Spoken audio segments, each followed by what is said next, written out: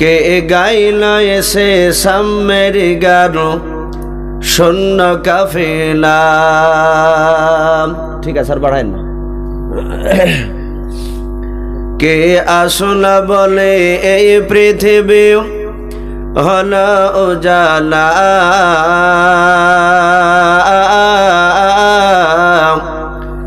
কে গাইল এসে সাম্যের গানো শূন্য কাফেলা।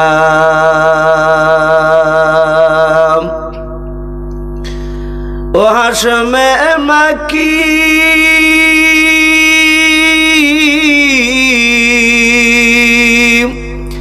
ও হাশমে মাকি মাদানি শাহে মদিনা, ও নূরে নবী নূরে নবী নূরে মদিনা, ও নূরে নবী নূরে নবী নূরে মদিনা। কে আসল বলে এই পৃথিবী হল উজালা, কে গাইল এসে সাম্যের গানো শূন্য কাফেলা।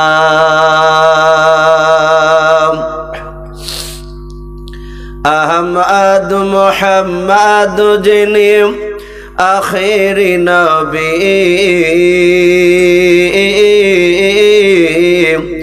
যার অশিলাতে সৃজন হল এ সুন্দর পৃথিবী।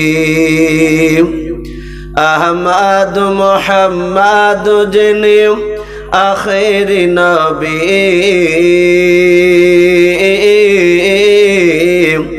যার অশিলাতে সৃজন হল এ সুন্দর পৃথিবী।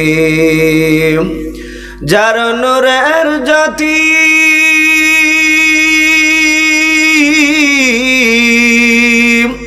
যার নূরের জ্যোতি দেখে রবে হয়ে যায় নবীর দিবানা,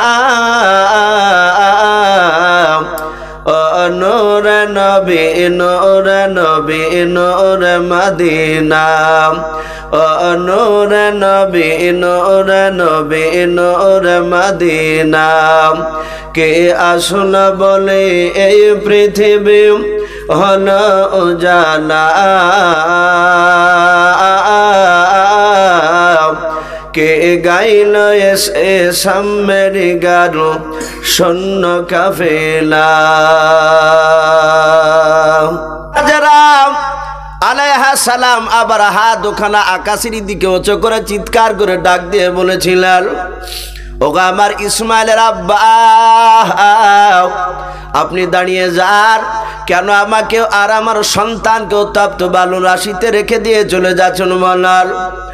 হযরত ইব্রাহিম নবী পয়গম্বর আলাইহিস সালামের কানে গিয়ে দ্বিতীয়বার আওয়াজটা ধাক্কা লেগে গেল।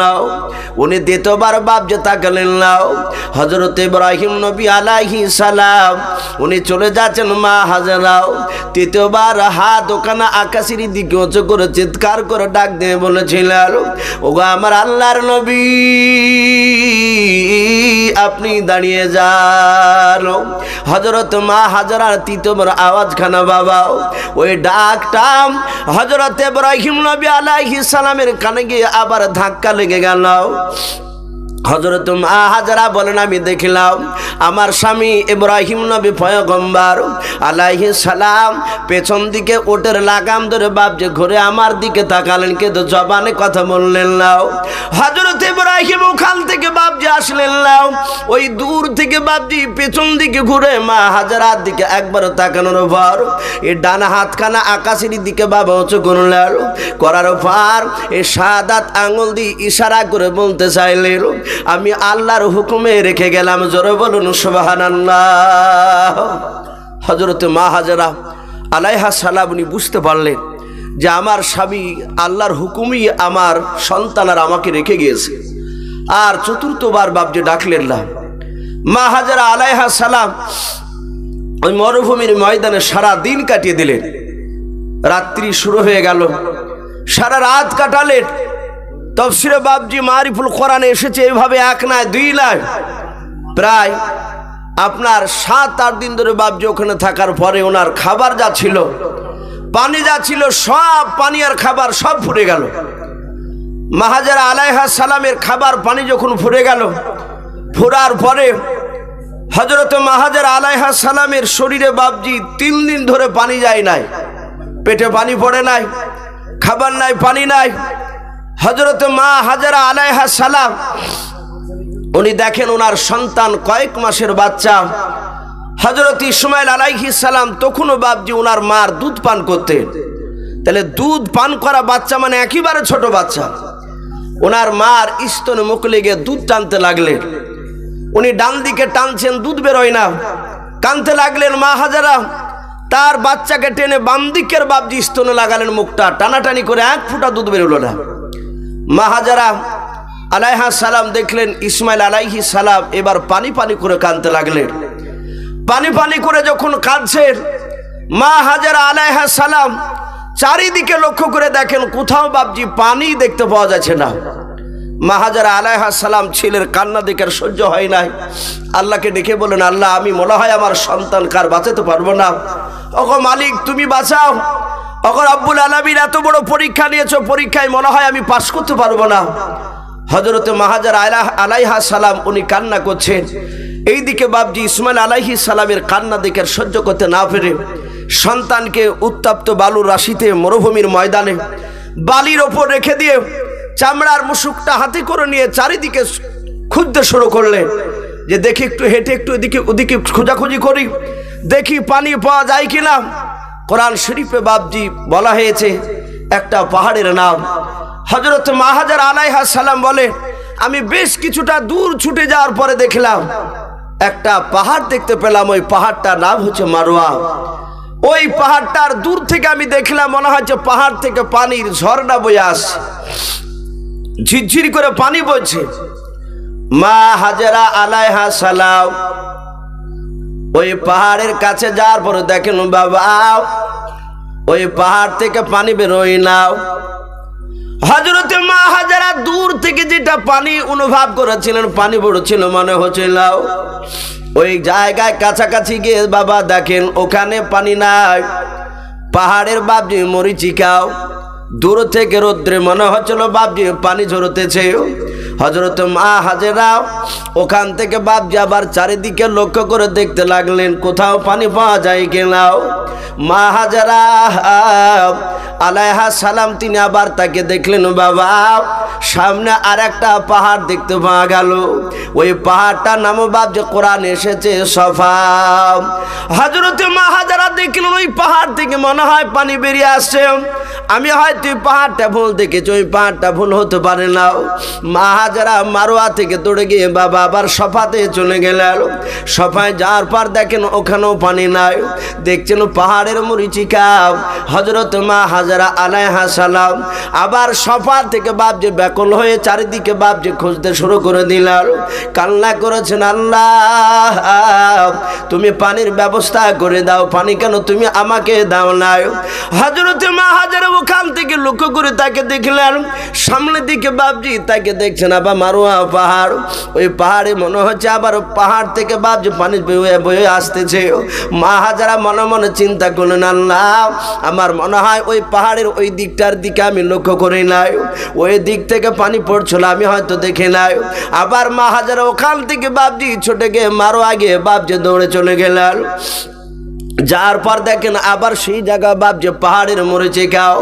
আপনারা লক্ষ্য করে দেখবেন বাবা, আপনাদের যে তীরমোহনী বাবজি বেলডাঙ্গা যে রুটের যে রাস্তাটা রয়েছে, এই রাস্তাটা যদি আপনি ফাল্গুন কিংবা চৈত্র মাসের সময় দুপুর 12টার সময় যদি আকাশে যদি মেঘ না থাকে, যদি রৌদ্র হয় বাবা, ওই সময় আঁকা বাঁকা রাস্তার দিকে তাকাবেন না, সোজা রাস্তার দিকে একটু দূর থেকে তাকে দেখবেন পিচে রাস্তার উপরে দূর থেকে মনে হয় পানি টলমল করে, মনে হয় না?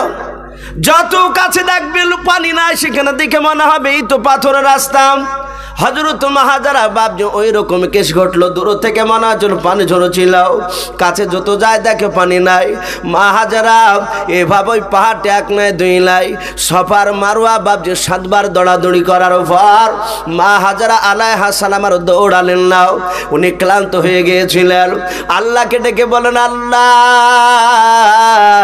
আমি 1 না 2 না 3 দিন ধরে আমার পেটে পানি যায় না, খাবার যায় না। ও আল্লাহ আমি আর দৌড়াতে পারি না, আমার কলিজার টুকরা সন্তানকে আর বাঁচাতে পারবো না মাওলা। ও রব্বুল আলামিন তুমি তো ভালো জানো আমার ছেলেকে কি করা লাগবে তোমার। হযরত মা হাজরা আল্লাহর কাছে বাপজি কান্না শুরু করে দিলেন। হযরত মা হাজরা ওই পাহাড় থেকে বাপজি সফা থেকে শেষের বেলায় কান্না করতে করতে ছেলের দিকে চলে যাচ্ছে। আমার আল্লাহ জিবরিল আলাইহিস সালামকে ডেকে বলেন, জিবরিল ফেরেশতা আর তুমি আসমানে থেকো না। জিবরিল বলেন, আল্লাহ আমি কোথায় যাব? বলে তুমি যাও, তুমি দুনিয়াতে চলে যাও। বলে মাওলা আমি দুনিয়ায় কোথায় যাব তুমি একটু খুলে বলো। আমার আল্লাহ ডেকে বলেন, জিবরিল যাও যাও, আমি ইব্রাহিম খলিলুল্লাহ আলাইহিস সালাম, আমি হযরত মা হাজরা আলাইহা সালাম, আমি হযরত ইসমাইল আলাইহিস সালামের আমি ইমতিহান নিয়েছিলাম, আমি তাদেরকে ইমতিহানে পাশ করে নিয়েছে। যাও যাও, আমি আল্লাহ ইচ্ছা করে আমি মা হাজরা আলাইহা সালামেরকে পানির ব্যবস্থা করে দেই নাই। বলুন আলহামদুলিল্লাহ। আল্লাহ ইচ্ছা করলে পাথর থেকে বাপজি পানি বের করে দিতে পারতেন। আমার আল্লাহ বলে, জিবরিল যাও, আমি তাদেরকে পরীক্ষা নিয়েছি, তারা পাশ করে গিয়েছে। যাও হে জিবরিল তুমি আমার ইসমাইল আলাইহিস সালামের কাছে তুমি চলে যাও। হযরতে জিবরিল আলাইহিস সালাম বলেন, আল্লাহ আমি ইসমাইলের কাছে গিয়ে কি করব তুমি একটু বলাও। আল্লাহ ডেকে বলেন, ওরে আমার জিবরিল ফেরেশতা আমি তোমার দেহতে 1 নয় 2 নয় আমি 600 খানা ডানা বিছিয়ে দিয়েছি। বলে হ্যাঁ মাওলা। তুমি আমার দেহতে 600 খানা ডানা তুমি ফিট করে দিয়েছো। বলে হ্যাঁ। ওরে আমার জিবরিল যাও যাও, হযরত ইসমাইল আলাইহিস সালামের সামনে গিয়ে 2 থেকে 3 হাত সামনে গিয়ে যাও। যাওয়ার পর তোমার ডান দিকের মাত্র একটা ডানা দিয়ে মাটিতে তুমি আঘাত করবা, আর ওই মাটি ফেটে আমার কুদরত প্রকাশ করব। বলুন সুবহানাল্লাহ। হযরত জিবরিল আলাইহিস সালাম ছুটে আসার পর ইসমাইল আলাইহিস সালাম পানি পানি করে কান্না করেছিলেন। মা হাজরা বাপ যে দূরে রয়েছেন, আসছেন উনি সন্তানের কাছে। জিবরিল আলাইহিস সালাম ইসমাইল আলাইহিস সালামের একটু দূরে বাপ আঘাত করলেন, পাখার মাটি ফেটে পানি বের হলো। জিবরিল আলাইহিস সালাম আল্লাহকে ডেকে বলেন, আল্লাহ তুমি বললা কুদরত প্রকাশ করব, কিন্তু এমন কুদরত তুমি প্রকাশ করলা, বের করলাম, এই তো পানি বের হলে পানি সচরাচর অনেক দেখতে পাওয়া যায়। আমার আল্লাহ ডেকে বলেন, ওরে জিবরিল শুনে নাও, এ পানি দুনিয়ার সব পানি চেয়ে পানিটা আমি দামি বানিয়েছে। বলুন সুবহানাল্লাহ। বলে আল্লাহ দামি পানি বলতে কি পানি এটা? বলে পানিটার নাম দিয়েছে আমি আবে জমজম। বলুন আলহামদুলিল্লাহ। এই আবে জমজমের পানি হযরতে জিবরিল আলাইহিস সালাম মাটিতে আঘাত করলেন, মাটি ফেটে পানি বের হলো। হযরত ইসমাইল আলাইহিস সালাম উনি দেখলেন ওনার পা দিয়ে পানি গড়ে যাচ্ছে, ওই পানিকে বাপজি তুলে খেলেন, পানি নিয়ে খেলা করছিলেন। পানি নিয়ে মা হাজরা আসার পরে দেখলেন পানি চারিদিক দিয়ে বেরিয়ে চলে যাচ্ছে। উনি বালি দিয়ে বাপজি ছোট ছোট কাকড় ছিল, বালি আর কাকড় দিয়ে ঘিরে দিলেন। ঘেরার পরে মা হাজরা আলাইহা সালাম নয়, মুফাসসিরিন কেরাম লিখেছেন মা হাজরা যদি ওই পানিটা যদি আপনার বন্ধ না করতেন, পানিটা বিভিন্ন জায়গায় বাপজি পৌঁছে যেত। হযরতে মা হাজরা আলাইহা সালাম ঘেরার কারণে পানিটা আর অন্যদিকে যেতে পারে নাই। এই ইদারাটা বাপজি আমরা বুঝতে পারলাম সে আবে জমজমের ইদারা।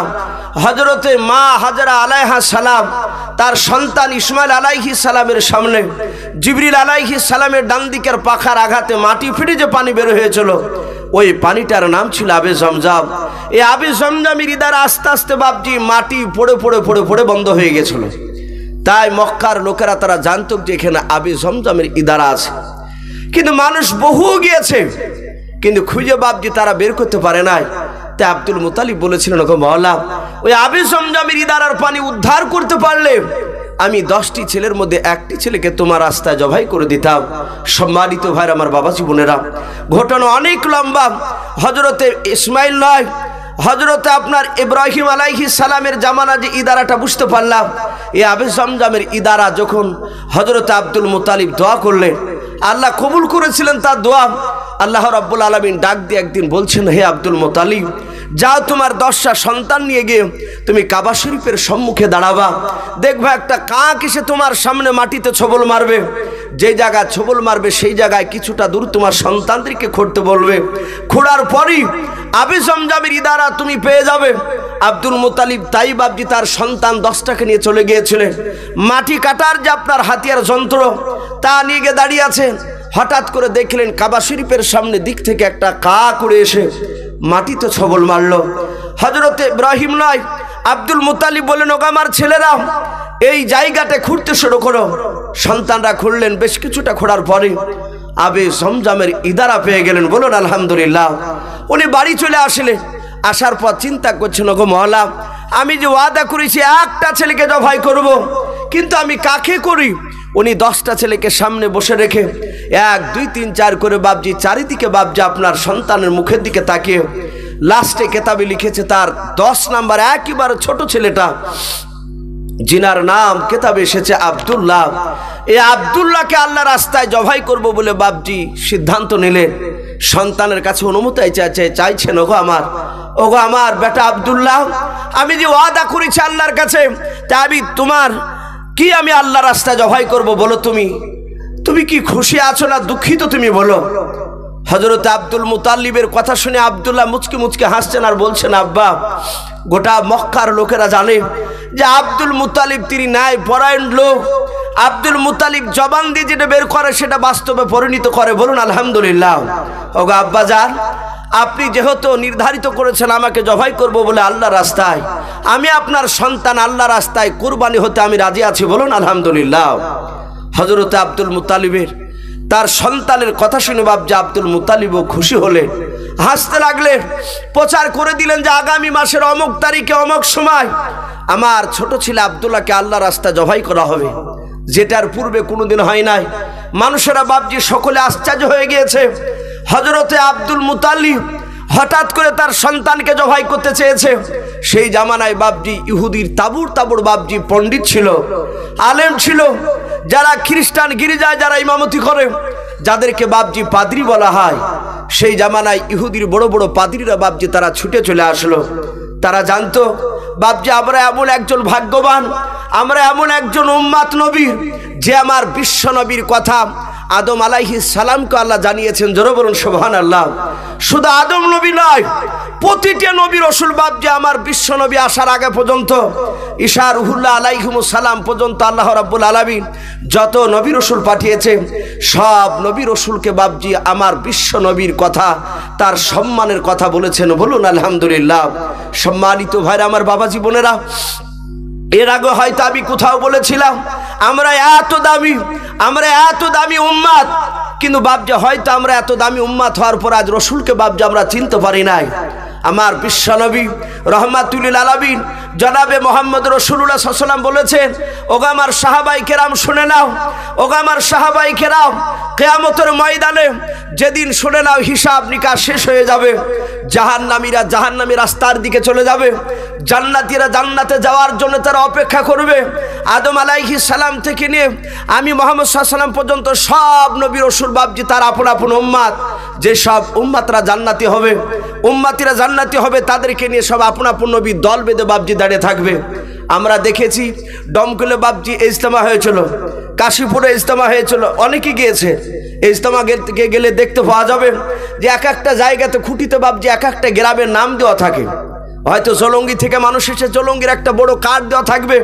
কিয়ামতের ময়দানে ওইভাবে বাপজি প্রতিটা নবী রাসূল তার আপন আপন উম্মাতদেরকে, জান্নাতি উম্মাতদেরকে নিয়ে বাপজি দাঁড়িয়ে থাকবে, তাদেরকে জান্নাতের সার্টিফাই দেওয়া হবে। উম্মাতরা আপন আপন নবীকে বলবে, ওগো নবী, ওগো আদম শফিউল্লাহ আলাইহিস সালাম, চলুন জান্নাতের সার্টিফিকেট দিয়েছে, ওই দেখেন জান্নাতের রাস্তা, আমরা চলে যাই। আদম আলাইহিস সালাম জান্নাতের সার্টিফিকেট নিয়ে বলবেন, ওগো বন্ধুরা যাওয়া যাবে না। বলে কেন? বলে ওই দেখো, দেখতে পাচ্ছ আখির জামানার পয়গম্বর জনাবে মোহাম্মদ রাসূলুল্লাহ সকলে বলুন সাল্লাল্লাহু তাআলা আলাইহি ওয়াসাল্লাম, ওই নবী তার উম্মাত যতক্ষণ পর্যন্ত জান্নাতে না যাবে তার আগে কোনো নবী তার কোনো নবীর উম্মাতকে নিয়ে তারা জান্নাতে প্রবেশ করতে পারবে না। জোরে বলুন সুবহানাল্লাহ। আরো জোরে বলুন সুবহানাল্লাহ। আমরা সেই নবীর উম্মত, শুধু তাই নয়, এই নবীর উম্মত বাপজি এত দামি। আমরা বিশ্বনবী রাহমাতুল লিল আলামিন পবিত্র জবানে বলেছেন বাপজি, এটা স্বপ্নের কথা। আল্লাহ রাসূল সাল্লাল্লাহু আলাইহি ওয়াসাল্লাম বলেন যে আমার মুসা নবী আলাইহিস সালামের সাথে একজন স্বপ্ন দেখা হয়েছে।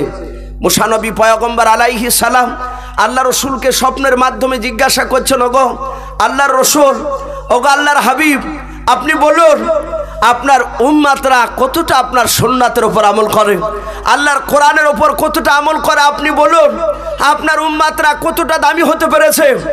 আমার বিশ্বনবী সেদিন গর্ব করে আনন্দ করে নবী পবিত্র জবানে বলেছিলেন, ওগো মুসা কালিমুল্লাহ ভাই আমার, ওগো মুসা নবী ভাই আমার, শুনে নাও, আমার উম্মতরা এত দামি, তারা আমার সুন্নাতকে এত মানে, আমার সুন্নাতকে মানার কারণে, আল্লাহর কোরআনকে মানার কারণে তারা এত দামি জায়গায় পৌঁছে গিয়েছে।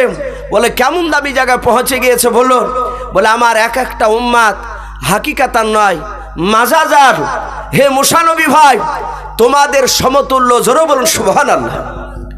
শুধু এতটুকু কথা বলেছে যে আমার এক একটা উম্মত অন্য নবীদের হুকমান নয়, মাজাজান সমতুল্য। আমরা অনেক সময় বাপজি দেখেন কিছু লোককে বলি যে বাঘের বাচ্চা রে, বলে না যে তুই বাঘের বাচ্চা, কিন্তু আদৌ সে বাঘের বাচ্চা নয়। একটু তার সাহস দেখে, তার ক্ষমতা দেখে বাপজি আমরা সিংহের বাঘের সাথে তুলনা করি। আল্লাহ রাসূল বলেছিলেন, ওগো মুসা, আমার উম্মত এত দামি, আমার অন্যান্য নবীদের মাজাজান সমতুল্য। মুসা আলাইহিস সালাম বলছেন, ওগো আল্লাহ রাসূল, আপনার উম্মতরা এত দামি, একটু আমাকে পরীক্ষা করে দেখাবে, আমি একটু দেখতে চাই আপনার উম্মতরা সত্যি কতটা দামি, অন্যান্য নবীদের সমতুল্য বলেছেন মাজাজান। বলে হ্যাঁ। আল্লাহ রাসূল সাল্লাল্লাহু তাআলা আলাইহি ওয়াসাল্লাম বাপজি স্বপ্নের মাধ্যমে দুনিয়ার বুকে একজন আল্লাহর ওলির কাছে আসলেন কবরে। যেই ওলিটার নাম আমরা সকলেই বাপজি জানি, তাবলিগিন হিসাবে বাপজি প্রায় পড়ানো হয়। সেই ওলিটার নাম ইমাম গাজ্জালী রহমাতুল্লাহ আলাইহি। বলুন সুবহানাল্লাহ। ইমাম গাজ্জালী রহমাতুল্লাহ আলাইহি, এই ইমাম গাজ্জালী তিনি এত বড় পণ্ডিত, এত বড় আল্লাহর বাপজি কাছে প্রিয় হয়েছিলেন, এত বড় বুজুর্গ হয়েছিলেন। ওনার জীবনীতে বাপজি এসেছে এক নয় দুই নয়। উনি মাদ্রাসায় পড়তে গিয়ে বাপজি বছর চারেক ধরে মাদ্রাসা পড়ার পরে উনি ছোট্টবেলা থেকে পড়েন মাদ্রাসায়, কিন্তু একটা হাদিসও বাপজি আপনার বেশিক্ষণ ধরে মুখস্থ করে রাখতে পারে না। সকালবেলা হাদিস পড়ে, বৈকালবেলা ভুলে যায়। আপনারা হয়তো অনেকেই জানে না, মাদ্রাসায় যারা পড়াশোনা করে অনেক ছেলেরা আছে, তারা গোটা রাত্রি আপনার মেহনত করে, করার পরে সকালবেলায় পড়ায় মুখস্থ দিতে যার মুখস্থ দিতে পারে না। অনেক সময় ছেলেরা ক্লাসে কাঁদে, বুজুর্গদের কাছে গিয়ে বলে, হুজুর একটু দয়া করে, হুজুর একটু পানি পড়া দেন, হুজুর একটু ফু দিয়ে দেন, আমি হাদিস এত চেষ্টা করে আমার মুখস্থ কেন হয় না। ইমাম গাজ্জালী 4-5 বছর ধরে পড়ার পরে যখন হাদিস একটা বেশিক্ষণ ধরে মুখস্থ করে রাখতে পারে নাই, ইমাম গাজ্জালী ছোট ছেলে ছুটে এসে বলছেন তার জনম দুঃখিনী মাকে, ওগো মা, ওগো মা বলো, আমি তোমার পেটে থাকা অবস্থায়, ওগো মা বলো কি আমি জন্ম নেওয়ার পরে তোমার যতদিন আমি দুধ পান করেছি, ওগো মা একটু বলো তুমি কি কোনো অন্যায় কোনো খাবার খেয়েছো গো বলো। ইমাম গাজ্জালীর মা বলছেন, ওরে বেটা, আমি এত আল্লাহকে ভয় করি, আমি রসুলকে এত মহাব্বত করি বেটা, আমি তোমাকে যতদিন আমি দুধ পান করিয়েছি, আমি ততদিনে আমি কি করেছি, আমি অজু করে আমি তোমাকে দুধ পান করিয়েছি। বলুন আলহামদুলিল্লাহ। এত বুজুর্গ তার মাও ছিলেন। বলেন বেটা আমি তো অন্যায় কোনো কিছু করি নাই। বলেন মা আমার দোয়া কেন কবুল হয় নাই, আমার হাদিস কেন মুখস্থ হয় নাই। সঙ্গে সঙ্গে বললেন, ওগো বেটা আমার মনে হয় একটু ভুল হয়েছে আমার। বলে কি মা বলো।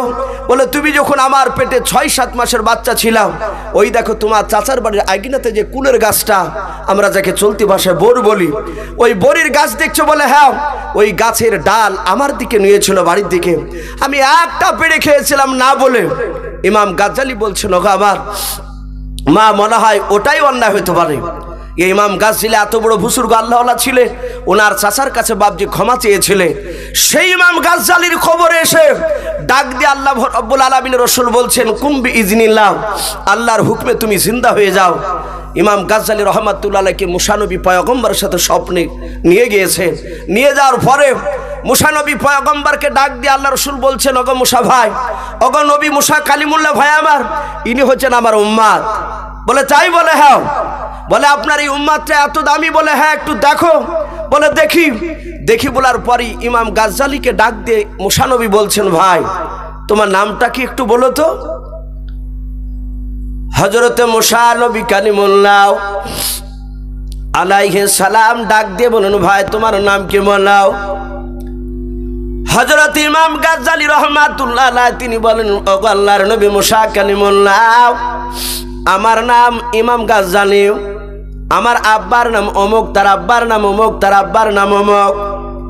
বলে বাপজি এক এক করে বাপজি আপনার 4-5টা বাপজি তার বাপের নাম এভাবে শুরু করে দিয়েছেন বলতে। ইমাম গাজ্জালির প্রশ্নের উত্তর শোনার পর মুসা নবী পয়গম্বর আলাইহিস সালাম ধমক দিয়ে বলেন, ওগো আল্লাহর নবী মুসা নয়, আল্লাহর রসুলকে বলছেন, ওগো নবী আপনার উম্মতকে বন্ধ করতে বলুন। বলে কেন ভাই? বলে কোথা থেকে আপনি পাগল তুলে নিয়ে এসেছেন? বলে কেন? বলে আমি শুধু বলেছি ভাই তোমার নাম কি বলাও। আমি তার আব্বার নাম, তার দাদার নাম, তার বাপের নাম আমি তো জিজ্ঞাসা করি নাই। আমার প্রশ্ন ছিল তোমার আব্বার নাম কি বললাও, তোমার নাম কি বলাও। ওর উত্তর ছিল আমার নাম ইমাম গাজ্জালি। বলে চুপ করে থাকাও। হযরত ইমাম গাজ্জালি বারবার কিন্তু সে তার বাপের নাম বলেছে। এখানে অনেক জেনারেল শিক্ষিত ভাই আছেন বাবাও, স্কুলে দেখবেন পরীক্ষা দিতে গিয়ে বাপজি এক একটা প্রশ্ন এরকম বলে দেয় যে তুমি 1 না 2 নাই 200টা ওয়ার্ডের মধ্যে এই প্রশ্নের উত্তরটা লিখবাও। সেই ব্যক্তি প্রশ্নের উত্তরটা বাপজি 200 কেন? সে যদি আপনার 5 ওয়ার্ড দিয়ে যদি আপনার উত্তরটা লিখে দেয় বড় করে, যিনি আপনার নাম্বার বাপজি দিবেন, খাতা কাটবেন, উনি বুঝতে পারবেন এই ছেলেটা প্রশ্নের ব্যাপারে তার অভিজ্ঞতা নাই, তাকে নাম্বার কিন্তু বাপজি বেশি দিবে না, নাম্বার কেটে দেবে। হযরত ইমাম গাজ্জালি বাপজি অনেক উত্তর দিয়েছেন আলাম, আমি শুধু বলেছি তোমার নামটা কি বলাও।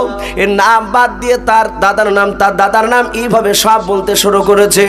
আল্লাহর নবী জনাবে মুহাম্মদ রাসূলুল্লাহ সাল্লাল্লাহু তাআলা আলাইহি ওয়াসাল্লাম মনটা বাপজি ভানে করে দাঁড়িয়েও আল্লাহর নবী হযরত বাপজি মুহাম্মদ সাল্লাল্লাহু আলাইহি ওয়াসাল্লাম দাঁড়িয়ে আছেন।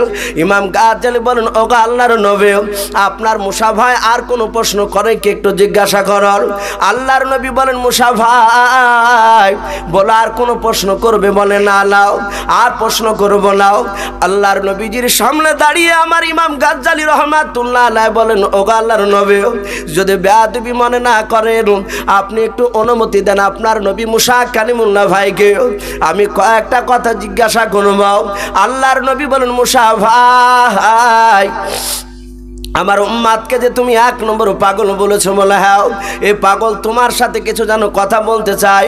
বলে অসুবিধা নাই, পাগল কি কথা বলবে বলো। আল্লাহর নবী জনাবে মুহাম্মদ রাসূলুল্লাহ সাল্লাল্লাহু তাআলা আলাইহি ওয়াসাল্লাম দাঁড়িয়ে বললেন, ভাই ইমাম গাজ্জালি তুমি প্রশ্ন করো, অসুবিধা নাই।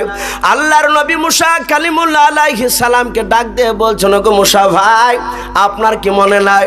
ওগো মুসা নবী ভাই আপনি ছোট্টবেলায় ফেরাউনের বাড়িতে লালন পালন হচ্ছিলেন। বলে হ্যাঁ। আল্লাহর নবী মুসা কালিমুল্লাহকে ডাক দিয়ে বলেন, ভাই মুসা নবী পয়গম্বর, আপনি দুপুরবেলায় আপনি ফেরাউনের দরবারে থাকা অবস্থায় আপনি ফেরাউনের বংশের লোককে আপনি এক ঘুষি মেরে ফেলেছিলেন। বলে হ্যাঁ।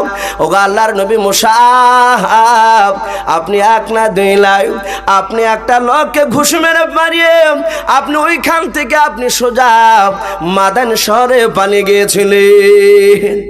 মুসা নবী বলছেন, হ্যাঁ আমি গিয়েছিলাম। তো আর কি হয়েছে বলো। মুসা নবী পয়গম্বরকে আলাইহিস সালামকে স্মরণ করে দিচ্ছেন, হুজুর বেয়াদবি হলে মাফ করবেন, আপনি যখন ফেরাউনের ভয়ে পালিয়ে গেলেন, আপনি সেই মাদানী শহরে যাওয়ার পরে সেই জায়গায় একটা খাজুর বাগানে আপনি দাঁড়িয়েছিলেন। বলে হ্যাঁ। মুসা নবী পয়গম্বরকে বলছেন, 2টো বাচ্চা মেয়েতে ছাগল নিয়ে দাঁড়িয়েছিল। বলে হ্যাঁ দাঁড়িয়েছিল। তারা 1 না 2 নাই প্রায় ঘন্টা 3 ধরে বাপজি তারা ছাগল নিয়ে দাঁড়িয়ে। মুসা ছেলে মানুষ বাপজি দাঁড়িয়ে দেখলেন মেয়া বাচ্চা দুটো এখানে ছাগল নিয়ে দাঁড়িয়ে গেল।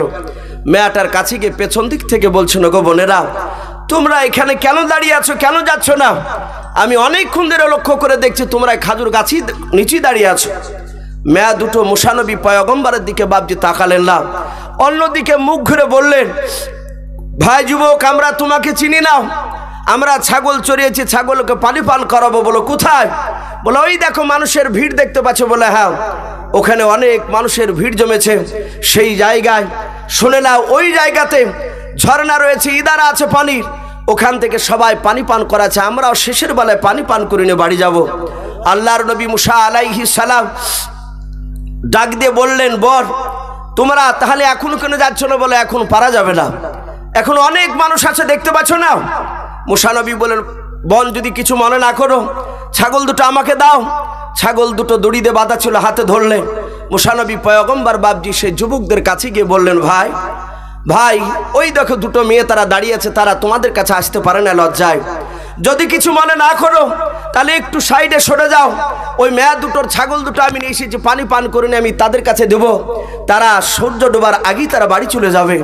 যেহেতু তারা মেয়ে মানুষ, সঙ্গে সঙ্গে বাপজি যুবকরা বলেছিল, ভাই তোমার বাড়ি কোথায় আমরা জানি না, তোমরা কি বুঝতে পারো না এখানে যার শক্তি বেশি সে ঠেলাঠেলি দিয়ে পানি পান করে নিয়ে চলে যাচ্ছে। কিন্তু ওরা কেউ জানে না যে ইনি মুসা নবী পয়গম্বর। বলুন আলহামদুলিল্লাহ। আর নবীদের শরীরে এত শক্তি আল্লাহ দিয়েছে, আল্লাহ নবী বলেছেন যে কোনো নবীর শক্তি দেহতে বলা হয়েছে দুনিয়ার যুবকদের বাপজি 4000 যুবকের শক্তি একদিকে, আর যে কোনো নবীর শক্তি অপর দিকে সমান। বলুন আলহামদুলিল্লাহ। ওরা কেউ জানে না যে ইনি মুসা নবী পয়গম্বর। মুসা নবী পয়গম্বর বলেন, ভাই তাহলে শক্তি মোকাবিলা করে পানি পান করা হবে, তাই? বলে হ্যাঁ। মুসা নবী বাম হাত দিয়ে বাপজি দড়ি গেলাকে ধরে ডান হাত দিয়ে শুধু এমনি করে ইশারা করেছে, ধাক্কা দিয়েছে। তারা অনেক দূরে গিয়ে পড়ে দেখলো এ তো বিরাট শক্তিশালী যুবক। মুসা নবী পয়গম্বর আলাইহিস সালাম পানি পান করে ওই মেয়া দুটোর কাছে বাপজি দিয়ে দিলেন। মেয়া দুটো প্রতিদিন বাপজি এশার সময় যা রাত্রিবেলায়, সেদিন দেখছে সূর্য ডুবার আগেই চলে গিয়েছে। ওই মেয়া দুটোর আব্বা ডাক দিয়ে বলেছিলেন, ওগো বিটি প্রতিদিন রাত্রিবেলায় আসো, আজকে রাত্রিতে আসো নাই, তার আগে এসেছো, ব্যাপারটা কি বলো? ডাক দিয়ে বলেছিল, ওগো আব্বা একটা সুন্দর যুবক খাজুর বাগানে দাঁড়িয়ে ছিল, তার চেহারার দিকে একটু আড়াল থেকে দেখলাম, আমাদের মনে হয় যুবকটা আমাদের দেশের মানুষ নয়, সে একজন মুসাফির, হয়তো রাস্তা ভুল করে চলে এসেছে। ওগো আব্বা জান ওই ব্যক্তির অনেক শক্তি দেহতে, সে আমাদের ছাগল নিয়ে গিয়ে পানি পান করালো। বলে তাই? বলে হ্যাঁ। মুসা নবী পয়গম্বরের কথা শুনে ওই মেয়া দুটোর বাপ বলল, ওগো আমার বিটি শুনে নাও, যাও ওই যুবককে যদি পাও ঘুরে গিয়ে তুই যুবকটাকে ডেকে নিয়ে এসো। মুসা নবী পয়গম্বর দাঁড়িয়ে আছে, ইমাম গাজ্জালি বলছেন, ওগো নবী আপনি দাঁড়িয়েছিলেন চুপচাপ? বলে হ্যাঁ। সঙ্গে সঙ্গে মেয়া দুটো আবার অন্যদিকে মুখ করে ডাক দিয়ে বলেছিল, ওগো যুবক ভাই, আমার আব্বা জান তোমাকে ডাক দিয়েছে। এই বাচ্চা দুটো বাপজি যে লোকটার কেতাবে কোরআন শরীফ এসেছে, উনি শুআইব নবী পয়গম্বর আলাইহিস সালাম। বলুন সুবহানাল্লাহ। উনিও মাদানী শহরের একজন বিখ্যাত নবী, তারই দুই বিটি বাপজি সে ছাগল নিয়ে দাঁড়িয়েছিল। তার বিটি দুটো বলল, মুসা নবী চিন্তা করছেন, আল্লাহ এক দেশ থেকে আমি পালিয়ে এসেছি ফেরাউনের লোককে মেরে, তার ভয়ে আবার পানি খাওয়ানোটি এটা কি আমার অন্যায় হলো নাকি? এর আব্বা আমাকে কেন ডাকতে বললো? মুসা নবী পয়গম্বর তিনি চলে গিয়েছে। শুআইব নবী আলাইহিস সালাম মুসা নবীকে দেখে জিজ্ঞাসা করলেন, বাবা তোমার নাম কি? বলে আমার নাম হযরতে মুসা। তখন কালিমুল্লাহ হয় নাই, শুধু বললেন আমার নাম মুসা। ওই ব্যক্তি শুআইব নবী ডাক দিয়ে বললেন, আচ্ছা বাবা তুমি কোন মুসা? তাহলে প্রশ্ন শুনে মনে হচ্ছে যে ওই সময়তে বাপজি আর একটা মুসা ছিল, না হলে কোন মুসা কেন বলবে? ডাক দিয়ে বলেছিল যে না, আমি বানি ইসরাইল বংশের মুসা। বলুন আলহামদুলিল্লাহ। এই যখনই বানি ইসরাইল বংশের মুসা বলেছে, আর শুআইব নবী আলাইহিস সালাম তিনি বুঝতে পেরেছেন এই আমার সামনে যে যুবক দাঁড়িয়ে আছে, আমার বিটিদের যে ছাগলকে পানি পান করেছে যুবক, এই যুবক যে সে যুবক নয়, ইনি আমার চেয়ে অনেক গুণ, ইনি একজন বিখ্যাত রসুল হবেন। জোরে বলুন সুবহানাল্লাহ। কারণ শুআইব নবী তিনি চিনতে পেরেছেন ইনি নবী হবেন, কারণ এক নবীর খবর আর এক নবীও দিতে পারে। জোরে বলুন আলহামদুলিল্লাহ। এটা এসেছে কেতাবে। আপনারা সকলেই জানেন, আপনার আমার রাসূল সাল্লাল্লাহু আলাইহি ওয়াসাল্লামকে যখন তায়েফ নগরে বাপজি মেরেছিল, তায়েফবাসীরাও এত মার মেরেছিল আমার বিশ্বনবীকে। হযরতে বিশ্বনবীর সাথে ওনার পালিত পুত্র যায়েদ ছিল। যায়েদ বলেন, আমি রাসূলের সাথে হাঁটছিলাম, নবীর পায়ে জুতো পরা ছিল, রক্ত পড়ে পড়ে জুতোতে জমাট বেঁধে আমার নবীর পা থেকে জুতোটা খুলছিল না। আমার বিশ্বনবীর এমন কোনো জায়গায় নাই, সেই জায়গায় পাথর মারা হয় নাই। তায়েফ নগর যুবকরা বেড়েছিল, আমার বিশ্বনবী সেই গ্রাম থেকে বেরিয়ে এসে তায়েফ এলাকাতেই, ওই তায়েফ নগরের বাবজি মাঠে আমার বিশ্বনবী একটা বাবলা গাছের ছায়ার তলে আমার বিশ্বনবী দাঁড়িয়ে আল্লাহর কাছে কাঁদেন, ওগো মালিক তায়েববাসীরা আমাকে চিনতে পারে নাই, ওগো মওলা তুমি এদেরকে ধ্বংস করো না, এদেরকে তুমি হেদায়েত দান করো, হয়তো তায়েববাসীর সন্তানরা পরবর্তীকালে আমাকে চিনতে পারবে। জোরে বলুন সুবহানাল্লাহ। আমার বিশ্বনবী কাঁদছেন মোনাজাতে। আর ওই বিশ্বনবীর পেছনে বাবজি একটা আঙ্গুরের বাগান ছিল, ওই বাগানে একটা যুবক বাবজি কাজ করছিল। যুবকটা হঠাৎ করে গুনগুন করে কান্নার আওয়াজ। যুবকটা একটু এক পা দুপা করে এগিয়ে গিয়ে দেখে ওই লোকটা বিশ্বনবীর চেহারার দিকে চেয়ে উনি চিনেন না, উনি জানেন না যিনি আখিরি জামানার রাসূল। আমার বিশ্বনবীকে চিনবি কি করে? কারণ ওই যুবকের বাড়ি ছিল তায়েফ নগরে, আমার বিশ্বনবীর বাড়ি হচ্ছে মক্কা নগরে। নবীর দৃশ্যখানা দেখে ওই যুবকটা পেছন দিক থেকে বলে উঠেছিল, আহারে আহারে, মানুষ এই যুবকটাকে কে মেরেছে এইভাবে? এই মানুষটা এত কান্না করছে, তার গোটা শরীরে রক্ত বেড়েছে।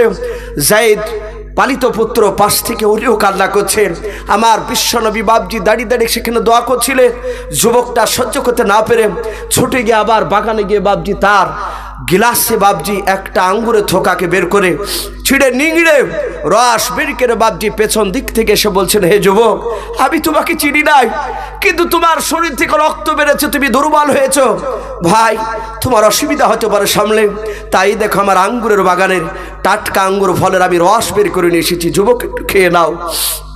বিশ্বনবী কাঁদতে কাঁদতে পেছন দিকে এভাবে তাকে দেখছেন। যুবক আঙ্গুরের রস নিয়ে বলছেন, ভাই খান। আমার বিশ্বনবী বলেন, যুবক আমি তোমার রস, এই আঙ্গুরের রস আমি খেতে পারি একটা শর্তের উপরে। বলে কি শর্তে? বলো। ডাক দিয়ে বলেছিল, হে যুবক শুনে নাও, এই আকাশ, যাহাতে বাবজি আকাশ বলে রসুল ডাক দিয়েছেন। যুবক চমকে উঠেছে, বলছেন, ভাই আপনি আমার নাম জানলেন কি করে? আপনাকে তো আমি চিনি না, আপনার বাড়ি কোথায় জানি না, আপনি নতুন মানুষ, আপনার চেহারা সুন্দর ছিল, রক্তে লাল হয়ে গিয়েছে।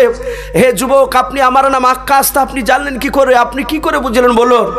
বিশ্বনবী বলছেন, আকাশ আমি শুধু তোমার নামটা নয়, তুমি কোন বংশের সন্তান সেটাও আল্লাহ দিদি চাই, আমি বলে দেব। বলুন সুবহানাল্লাহ। যুবকটা চমকে উঠে বলেছিল, ভাই তাহলে আমি কোন খানদান, কোন নবীর কার বংশের সন্তান আপনি একটু বলো। নবী বলেছিলেন, তুমি ইউনুস নবী আলাইহিস সালামে তুমি বংশধর। যুবকটা জানতো, তার বাপদাদার মুখে শুনেছিল যে আমার বংশে ইউনুস নবী আলাইহিস সালাম এসেছিলেন, তার বংশধর। সাথে হাতে বললেন, ভাই আপনি কে গো? আপনি কে? আপনি আমার নাম, আমার বংশের আপনি বলছেন অমুক নবীর বংশধর। নবীজি বলেছিলেন, হে আকাশ, আমি আখিরি জামানার পয়গম্বর রাসূল, এক নবীর খবর আর এক নবী দিতে পারে। জোরে বলুন সুবহানাল্লাহ। আমার শোয়েব নবী আলাইহিস সালাম, আল্লাহর নবী মুসা নবী পয়গম্বরকে বাপজি দেখে নিয়েছিল, অনেক কৌশল করে বাড়িতে বাপজি জায়গা নিয়ে দিলেন। মুসা নবী বাপজি ওরকমই জায়গা খুঁজছিলেন। আল্লাহর নবী মুসার সাথে অনেকদিন বাপজি থাকার পর, বেশ বাপজি কয়েকটা বছর পার হওয়ার পর হযরত শোয়েব নবী আলাইহিস সালামের বাপজি বিটি বড় হয়ে গিয়েছে।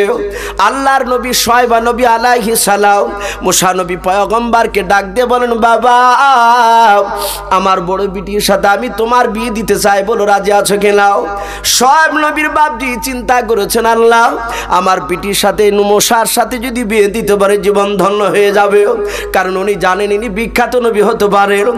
আর মুসা নবী পয়গম্বর আলাইহিস সালাম তিনি মনে মনে চিন্তা করেছেন, আল্লাহ এত বড় নবী, সব নবী পয়গম্বর, এলাকার বড় নবী, ওনার বিটির সাথে বিয়ে হলে আমার সম্মানও বেড়ে যাবে।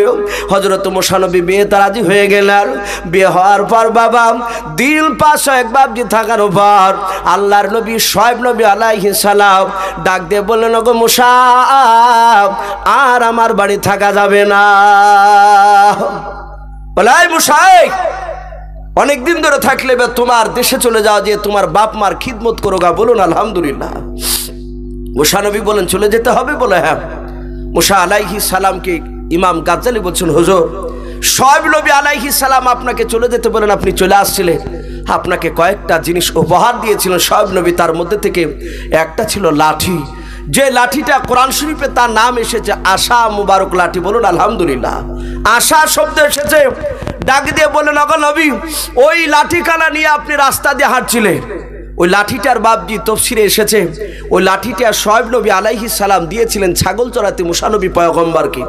উনি ওই লাঠিটা নিয়ে ছাগল চড়াতে গিয়ে মরুভূমির ময়দানে যদি আপনার সাপ পড়তো তো সাপটাকে তাড়িয়ে দিতে, গাছের পাতাকে বাপজি হাত না পালে উনি লাঠি দিয়ে বাড়িয়ে বাড়িয়ে পাতা পেড়ে দিতে, লাঠিতে অনেক উপকার হতো। হযরতে শোয়েব নবী আলাইহিস সালাম দিয়েছেন লাঠিটা, তার বিটি সব নিয়ে বাপজি মুসা নবী পয়গম্বর হেঁটে বাড়ি যাচ্ছিলেন। যেতে যেতে যেতে যেতে বাপজি সন্ধ্যা লেগে গিয়েছে। কোনো কোনো মুফাসসিরিন কেরাম লিখেছেন যে আপনার আকাশে প্রচণ্ড মেঘ হয়ে গিয়েছিল। যাই হোক, সেই সময় তার একটু আগুনের প্রয়োজন হবে, তাই মুসা নবীর স্ত্রী ডাক দিয়ে বলেছিলেন, ও আমার প্রাণের স্বামী, একটু আগুনের প্রয়োজন, আপনি একটু আগুন দেখুন কোথাও পান কিনা, আশপাশে দেখুন কোনো জায়গায় বাড়ি পাওয়া যায় কিনা। বলেছিল, বিবি তুমি এখানে বসে, আমি দেখি জঙ্গলটা পেরিয়ে আগুন পাওয়া যায় কিনা। মুসা নবীর স্ত্রী বাপজি ওখানে বসে, মুসা নবী পয়গম্বর তিনি লাঠিখানা হাতে করে নিয়ে, ওই আশা মুবারক লাঠি নিয়ে আগুন খুঁজতে বেরিয়ে পড়লেন। জঙ্গলে বেশ কিছুটা যাওয়ার পরে দেখছেন একটা পাহাড়, ওই পাহাড়ের উপরে দেখছেন একটা গাছ, আর ওই গাছের দেখছেন একটা ডালে একটা আগুনের প্রদীপ বাপজি দাও দাও করে জ্বলছে। হযরত মুসা নবী পয়গম্বর আগুনটা দেখে খুশি হলে যে আমি যাই পাহাড়ে উঠে গাছটার কাছে গিয়ে আগুনটা ধরে নিয়ে আমি চলে আসবো। মুসা নবী পয়গম্বর আলাইহিস সালাম আগুনটা বাপজি ধরতে যায়, আর আগুনটা বাপজি ওপর দিকে উঠে চলে যায়। এইভাবে কয়েকবার উঠানামা করলো। মুসা নবী নিচে নেমে আসে, আবার আগুনটা তার নিজের গন্তব্যস্থলে নেমে যায়, আবার ধরতে যায়, আবার উপর দিকে উঠে যায়। মুসা আলাইহিস সালাম একটু ভয় পেয়ে গেলেন যে ব্যাপারটা কি, আগুন ধরতে যাচ্ছে চলে যাচ্ছে, ব্যাপারটা কি। হঠাৎ করে বাবা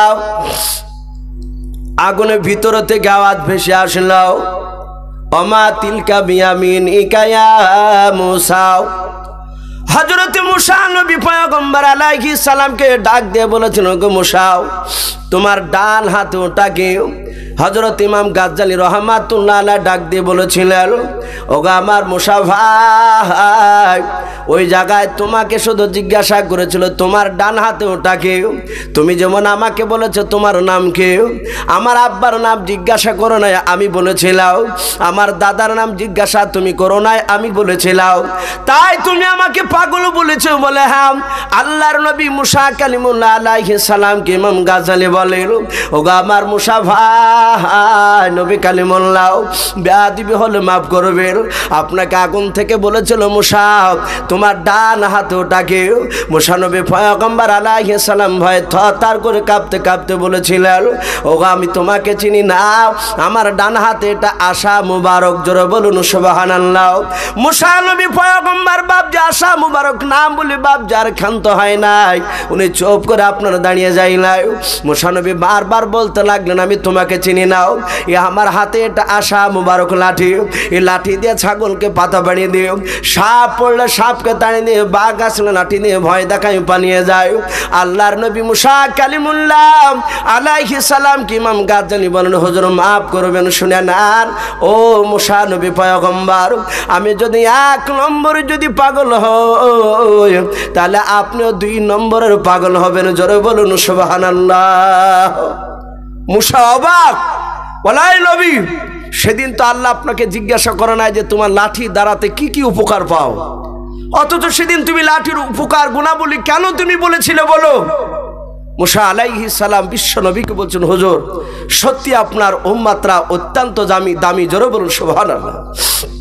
অনেক দিক দিয়ে বাপজি দামি বলা হয়েছে। আমার বিশ্ব নবী জনাবে মুহাম্মদ রাসূলুল্লাহ সাল্লাল্লাহু আলাইহি ওয়াসাল্লাম আরো বলেন যে প্রতিটা নবীর উম্মত তার এক শ্রেণীর বাপজি লোক, তারা বলবে যে ইনি আমাদের আদম নবী সঠিকভাবে আমাদের কাছে ইমানের দাওয়াত, কলেমার দাওয়াত পৌঁছায় নাই। প্রতিটা নবীর উম্মত বাপজি এইভাবে সবাই অস্বীকার করবে। প্রতিটা নবীকে বলা হবে, জিজ্ঞাসা করবে তুমি কি দ্বীনের দাওয়াত সঠিকভাবে দিয়েছো? বলে দিয়েছি। বলে সাক্ষী কোথায়? বলে সাক্ষী ওই দেখেন আমার উম্মতরা। ডেকে নিয়ে জিজ্ঞাসা করা হবে, তারা হলাহল মিথ্যা কথা বলবে যে না, ই সঠিকভাবে পৌঁছায় নাই। লাস্টে আমার বিশ্ব নবী রাহমাতুল লিল আলামিনকে জিজ্ঞাসা করবেন আল্লাহ নবী বললেন, আমি যথেষ্ট, আমি দ্বীনের দাওয়াত পৌঁছিয়েছি। আল্লাহ নবীকে অন্য নবীদের মতো বলবে, তোমার সাক্ষী জোগাড় করো। আল্লাহ রাসূল সেদিন জানি না, সেখানে আপনিও থাকতে পারেন, আমিও থাকতে পারি। আল্লাহ রাব্বুল আলামিন ভালো জানেন এই দলের মধ্যে কারা কারা সেখানে থাকবে। মহান রাব্বুল আলামিনের রাসূল বলবেন যে এরা হচ্ছে আমার উম্মত, হে আল্লাহ আপনি এদেরকে জিজ্ঞাসা করুন। মহান রাব্বুল আলামিন সেদিন উম্মতে মুহাম্মদকে জিজ্ঞাসা করবেন সেদিন নবীর এক ইমানদার যারা উম্মাত সেই দিন সবাই উত্তর দিবে সেদিনকে, হে আল্লাহ, আমাদের নবী সঠিকভাবে দিনের দাওয়াত পৌঁছিয়েছেন, বলুন আলহামদুলিল্লাহ। অথচ আদম নবী আলাইহিস সালাম থেকে নিয়ে ঈসা রুহুল্লাহ আলাইহিমুস সালাম পর্যন্ত সব নবীর উম্মাতরা, এক শ্রেণীর উম্মাতরা তারা অস্বীকার করবে। আর আমার বিশ্ব নবীর উম্মাত আমরা সেদিন বলবো না, সঠিকভাবে দিনের দাওয়াত দিয়েছে আল্লাহ রাসূল সাল্লাল্লাহু আলাইহি সাল্লামকে নয়। আবার জিজ্ঞাসা করা হবে উম্মাতে মুহাম্মদীকে, তোমরা এই নবীদের ব্যাপারে জানো? সেদিন আমরা সমস্ত নবীর ব্যাপারে বলবো, হে আল্লাহ, ওনারা সঠিকভাবে ইমানের দাওয়াত পৌঁছিয়েছেন, জোরে বলুন সুবহানাল্লাহ, সঠিকভাবে পৌঁছিয়েছে। বলে তোমরা জানলে কি করে? তোমরা আদম নবী আলাইহিস সালামকে দেখো নাই, মুসা নবীকে দেখো নাই, হযরত ঈসা নবীকে দেখো নাই, দানিয়েল আলাইহিমুস সালামদেরকে দেখো নাই, তাহলে কি করে জানতে পারলে?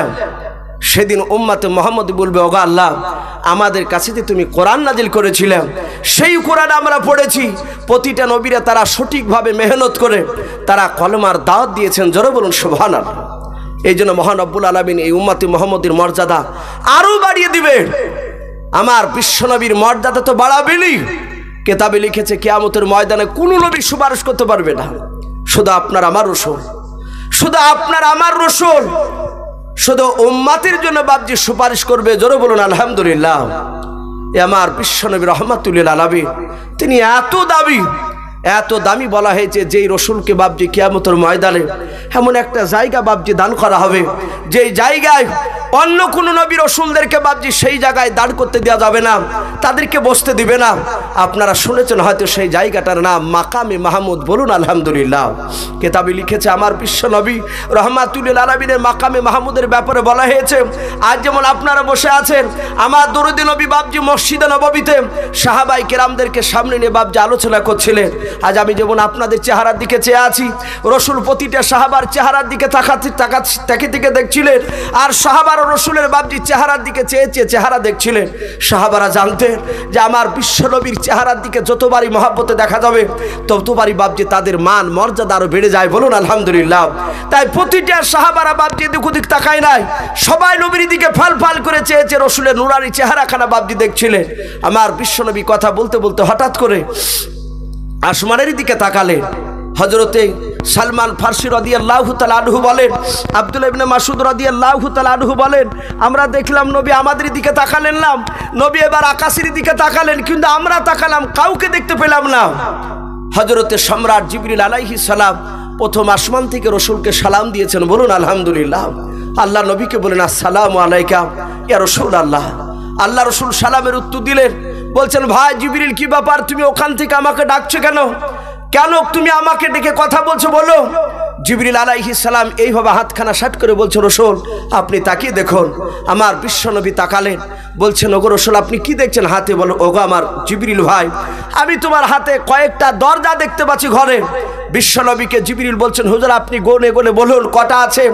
আমার বিশ্বনবী তাকে গনে বললেন, ভাই জিবরিল তোমার হাতে তালুতে 7টা দরজা দেখতে পাচ্ছি ছবি আমি। হযরতে জিবরিল আলাইহিস সালামকে নবী বলছেন, ওগো জিবরিল ভাই আচ্ছা একটু খুলে বলো ওই 7টা দরজা কিসের, একটু খুলে বলো। ডাক দিয়ে বলেছিলেন, ওগো নবী এই 7টা দরজা 7টা জাহান্নামের দরজা আল্লাহ রাব্বুল আলামিন আপনাকে দেখানোর জন্য আমাকে পাঠিয়ে দিয়েছে। বলে কেন? বলে ওগো শুনে নাও, ওগো আমার জিবরিল যাও, আমি এই এক একটা জাহান্নাম দিয়ে কোন কোন নবীর উম্মত এক শ্রেণী যে বেঈমান উম্মত হবে তাদেরকে আমি জাহান্নামে দিব, সেটা আমার রাসূলকে তুমি দেখে দিয়ে এসো। আমার বিশ্ব নবী জনাবে মুহাম্মদ রাসূলুল্লাহ সাল্লাল্লাহু তাআলা আলাইহি ওয়াসাল্লাম নবী আমার ডাক দিয়ে বলছেন, ওগো জিবরিল ভাই তাড়াতাড়ি বলো প্রথমকার দরজা দিয়ে কোন নবীর বেঈমান উম্মতে জান্নাতে জাহান্নামে যাবে বলাও। হযরত জিবরিল আলাইহিস সালাম ডাক দিয়ে বলেন, নবী শুনে নাও, এই প্রথমকার দরজা দিয়ে হযরত আদম শফিউল্লাহ, হযরত শীষ নবী আলাইহিস সালাম, হযরত দানিয়েল আলাইহিস সালাম, এভাবে বাপজি বেশ কয়েকটা নবী রাসূলের নাম করলো জিবরিল আলাইহিস সালাম। নাম করার পর বলো, হুজুর এই সব নবীদের এক শ্রেণীর বেঈমান উম্মতে হবে, তারা প্রথমকার দরজা দিয়ে জাহান্নামে চলে যাবে। আল্লাহ রাসূল ডাক দিয়ে বলেন, জিবরিল ভাই দুই নাম্বার দরজা দিয়ে কোন নবীর বেঈমান উম্মতে যাবে বলাও? হযরতে জিবরিল আলাইহিস সালাম বাবা দুই নাম্বার দরজার বাবজি নাম করতে লাগলেন। বলো আগা আল্লাহর নবী হযরত মুসা কালিমুল্লাহ, হযরত আপনার ইউনুস নবী আলাইহিস সালাম, এভাবে আরো কয়েকটা বাবজি নবী রাসূলের নাম করলেন। বলে এইসব নবীদের এক শ্রেণীর কিছু বেঈমান উম্মতে হবে, তারাও দুই নাম্বার দরজা দিয়ে জাহান্নামে চলে যাবে। এইভাবে 1 2 3 4 করে আমার বিশ্ব নবীকে বাবা 6টা দরজার বাবজি যখন নাম করে দিলেন নবী রাসূলদের, অমুক অমুক নবীর উম্মত, অমুক অমুক রাসূলের উম্মতেরাও সবাই না এক শ্রেণীর কিছু উম্মত হবে বেঈমান, তারা এদিক দিয়ে জাহান্নামে যাবে। আল্লাহর নবী জনাবে মুহাম্মদ রাসূলুল্লাহ সাল্লাল্লাহু তাআলা আলাইহি ওয়াসাল্লাম ডাক দিয়ে বলেন, জিবরিল ভাই তাড়াতাড়ি তুমি বলো, জিবরিল ভাই 7 নাম্বার দরজা দিয়ে কোন নবীর বেঈমান উম্মতে জাহান্নামে যাবে বলো? হযরত জিবরিল আলাইহিস সালাম বাবা কোনো কথা বলে নাই। আল্লাহর নবী জনাবে মুহাম্মদ রাসূলুল্লাহ সাল্লাল্লাহু তাআলা আলাইহি ওয়াসাল্লাম বলে, জিবরিল ভাই তাড়াতাড়ি বলো তুমি কেন নাম করো নাই? আল্লাহর নবী বলেন, আমি বারবার তাকে দেখলাম, বারবার জিজ্ঞাসা করলাম, জিবরিল কোনো কথা বলে নাই। নবীজি বলেন, আমি ভালো করে লক্ষ্য করে দেখলাম জিবরিল আলাইহিস সালামের 2 চোখের কোণা দিয়ে বাবা ঠোপে ঠোপে পানি পড়তেছে। আল্লাহর নবীর চেহারার দিকে জিবরিল আলাইহিস সালাম ফাল করেছে আছে। আল্লাহর নবী জনাবে মুহাম্মদ রাসূলুল্লাহ সাল্লাল্লাহু তাআলা আলাইহি ওয়াসাল্লাম কাঁদানার বলেন, ও জিবরিল ভাই আমি লক্ষ্য করে দেখলাম তোমাকে এক এক করে তুমি 6টা দরজার তুমি নাম করলা নবী রাসূলের। ওই নবী রাসূলের নাম করতে গিয়ে তুমি কান্না করো না, আর 7 নাম্বার দরজার তুমি নাম কেন বলো না? তোমার চোখ দিয়ে কোনো পানি ঝরেছে একটু বলাও? হযরত জিবরিল আলাইহিস সালাম আস্তে করে বলছেন, নবী গো 7 নাম্বার দরজার নামটা বলতে আমি বড্ড কষ্ট পাই। আল্লাহর নবী জনাবে মুহাম্মদ রাসূলুল্লাহ সাল্লাল্লাহু তাআলা আলাইহি ওয়াসাল্লামকে বাপজি জিবরিল পর্যন্ত মহব্বত করতেন। আল্লাহর নবীকে বাপজি সাহাবারা মহব্বত করতেন। অনেক ইহুদির বাপজি এরকম ঘটনা রয়েছে বাবা, আল্লাহর নবীকে দেখে নাই কিন্তু বিশ্ব নবীর প্রেমে এমন পাগল হয়েছিল বাবা, তারা সাহাবার সামনে বাপজি কলমা পড়েছিল, রসুলকে দেখার জন্য বাপজি পাগলের মতো ছুটে এসেছিল। একটি কিতাবে পাওয়া যায় আল্লাহর নবী জনাবে মুহাম্মদ রাসূলুল্লাহ সাল্লাল্লাহু তাআলা আলাইহি ওয়াসাল্লাম ইন্তেকাল করেছেন বাবা। মাত্র 3 দিন হয়েছে নবীর ইন্তেকাল করে বাপজি নবীকে দাফন করে দেওয়া। 3 দিন পর বাপজি একজন বাপজি ইহুদি কলমা পড়ে নিয়েছে বাবা। কলমা পড়ে নেওয়ার পর সে বাপজি সোজা মদিনায় দৌড়ে চলে এসেছে। সাহাবাই কেরামরা বাপজি সকলেই নবীর সঙ্গে বাপজি কাতর হয়ে আছে। আল্লাহর নবীজির ইন্তেকাল ব্যাপারে বাপজি পাওয়া যায়, নবী আমার ইন্তেকাল করে গিয়েছিলেন। অনেক লোক বাপজি সাহাবারা বাপজি আপনার এমনভাবে পাগলের মতো কান্না করেছিলেন। কেতাবে পাওয়া যায় হযরত আমিরুল মুমিনিন উমর তালোয়ারখানা বাপজি আপনার ধরে ডাক দিয়ে বলেছিল, ও আমার বন্ধুরা কেউ যদি বলে আমার বিশ্বনবী ইন্তেকাল করে গিয়েছে, মারা গিয়েছে, ওই ব্যক্তির গর্দান কেন আমি আর রাখবো না দেহতে। এমনভাবে বাপজি পাগলের মতো বাপজি সাহাবারা কান্না করেছিলেন। জায়গা জায়গা সাহাবারা বাপজি কান্না করেছিলেন। এইদিকে বাবা ওই ইহুদি ইসলাম গ্রহণ করেছেন বাবা, মাত্র বাপজি 1 দিন হয়েছে। সেই দিন ইসলাম গ্রহণ করার পর দিন বাপজি সুজা বাপজি মদিনায় ছুটে এসেছে। নবী ইন্তেকাল করেছে জানে নাও। আসার পর আবু বকর সিদ্দিক রাদিয়াল্লাহু তাআলা আনহু, ওমর ফারুক রাদিয়াল্লাহু তাআলা আনহু, উসমান গনি রাদিয়াল্লাহু তাআলা আনহু, হযরত আলী রাদিয়াল্লাহু তাআলা আনহু বাবা এই সাহাবারা বাপজি বসে আছেন। সাহাবারা এমন ভাবে বসে আছেন কান্না করেছেন বাবা। ইহুদি আসার পর বলছেন, আয়না মুহাম্মদ উহিব্বুহু, ওগো তোমাদের মধ্যে বলো কোন ব্যক্তি মুহাম্মদ সাল্লাল্লাহু আলাইহি ওয়াসাল্লাম আমি বড্ড উহিব্বুহু আমি বড্ড ভালোবেসে ফেলেছি, তাড়াতাড়ি তুমি বলে দাও। হযরত আবু বকর সিদ্দিক রাদিয়াল্লাহু তাআলা আনহু তিনি হাওমা করে কাঁদতে কাঁদতে বলেছিলেন, ভাই এই জায়গায় নবীর নাম আর বলবা না, নবীর নাম বলে আমরা বড্ড কষ্ট পাচ্ছি, যাও যাও ওই দেখো মদিনার মসজিদে গিয়ে দেখো অনেক সাহাবারা আছে, ওখানে জিজ্ঞাসা করো। আল্লাহর নবীর সাহাবাদের বাপজি বড্ড কষ্ট হচ্ছে বলতে, নবী ইন্তেকাল করেছে কথা বলতে। ওই ইহুদি বাপজি সাহাবা দৌড়ে গিয়ে নবীকে এত মহব্বত করেছেন, এত ভালোবেসেছেন বাবা। দরজার গুড়িতে যাওয়ার পর বলছেন, মা মুহাম্মদ উহিব্বুহু, ভাই তোমরা তাড়াতাড়ি বলো তোমাদের মধ্যে মুহাম্মদ সাল্লাল্লাহু আলাইহি ওয়াসাল্লাম কোন শুনে নাও, আমি উহিব্বুহু, আমি বড্ড ভালোবেসে ফেলেছি। সব লোকেরা বাপজি হাঁটুর ভিতরে বাপজি মাথা ভরে দিয়ে হাওমা করে কান্না করতে লাগলেন। হযরত আলী রাদিয়াল্লাহু তাআলা আনহু দেখলেন না নাও, এ তো শুনবে না, সব মানুষ বেহুশ হয়ে যাবে। আল্লাহর নবীর সাহাবা হযরত আলী রাদিয়াল্লাহু তাআলা আনহু দৌড়ে গিয়ে দরজার কাছে গিয়ে বলেন, ইহুদি ভাই, এই সাহাবা ভাই, তোমার নাম কি? বলে আমার নাম আজকে আব্দুর রহমান। বলে ভাই শুনে নাও, তুমি কেন কান্না করেছো? বলে নবীকে বড্ড ভালোবেসেছে, আমি নবীজির কলমা পড়ে নিয়েছি, নবীর চেহারাখানা একটু দেখতে চাই, আল্লাহ রসুলকে আমি দেখতে পাই নাই। আল্লাহর নবীজির সাহাবা আলী বলছেন, ভাই আমার নবী আজ 3 দিন হলো ইন্তেকাল করে গিয়েছে। ইহুদি বলে না, রসুল নাই। বলে নাও, বলে নবী মারা গিয়ে ইন্তেকাল করেছেন। বলে হ্যাঁ। কেতাবে লিখেছে বাপজি সেই ইহুদি সাহাবা এত কান্না করেছিলেন, দুনিয়ার বুক থেকে বাপজি সে বিদায় নিয়ে চলে গিয়েছিলেন মহব্বতে। আমার রসুলকে সবাই ভালোবাসতেন। জিবরিল আলাইহিস সালাম তিনি ওপর থেকে বলছেন, আসমান থেকে, ওগো আল্লাহর রসুল, আমি 7 নাম্বার এই দরজা দিয়ে যেই নবীর উম্মাতরা যাবে সেই নবীর নাম বলতে বড্ড কষ্ট পায়। আমার বিশ্বনবী জনাবে মোহাম্মদ রাসূলুল্লাহ সাল্লাল্লাহু তাআলা আলাইহি ওয়াসাল্লাম ডাক দিয়ে বলেছিলেন, ওগো আমার ভাই জিবরিল, তাড়াতাড়ি তুমি বলাও। জিবরিল আলাইহিস সালাম আস্তে করে বলেছিলেন, হুজুর বেয়াদবি হলে মাফ করবেন, নবী শুনে নেন, 7 নাম্বার দিয়ে আপনার 1 শ্রেণীর কিয়ামত পর্যন্ত 1 শ্রেণীর বেঈমান উম্মতি হবে, তারা 7 নাম্বার দরজা দিয়ে জাহান্নামে চলে যাবে। শুধু এতটুকু কথা জিবরিল আলাইহিস সালাম বললেন। আমার বিশ্বনবী রাহমাতুল লিল আলামিন তিনি কাঁদতে কাঁদতে বাপজি মসজিদে নববীর দরজা দিয়ে বেরিয়ে সোজা বাড়ির দিকে চলে গেলেন।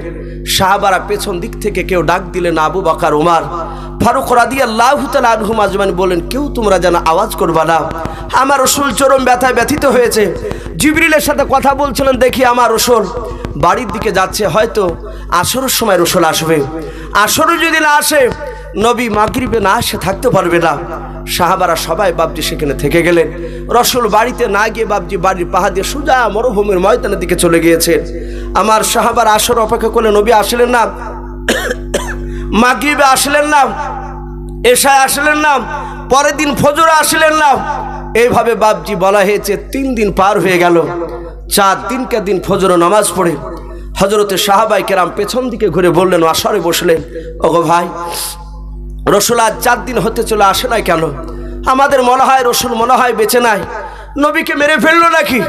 না নবীর কি হলো, চলে একটু বাড়ি থেকে খোঁজ নিয়ে আসে। সব সাহাবারা বাপজি বাড়ি চলে গেলেন। রসুলের বাড়ির দরজায় তারা হকমক করে প্রবেশ করতেন না।